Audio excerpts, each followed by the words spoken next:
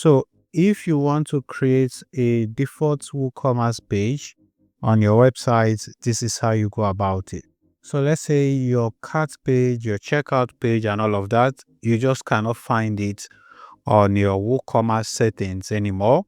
So this happens sometimes. I think I deleted mine, and if you check here, you can see that there are no pages for WooCommerce here. Now, what happens is that if you do not have those pages set up, people cannot successfully carry out transactions or complete purchases on your website. So let me show you how to fix that. So the way to do this is you want to come to WooCommerce. So you want to recreate the pages from scratch. So if you come to WooCommerce, you want to come to status here. So you click on the status here, and then you come to an interface like this.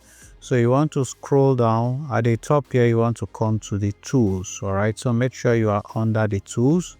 And then once you scroll down, you see something like create default WooCommerce pages. All right. So what I can now do is just click on create and allow it to run the tool. So that tool is going to help me create these pages automatically. So these pages are important. Without these pages, you cannot successfully carry out transactions on your WooCommerce website. So as you can see, it says all the missing WooCommerce pages have been created.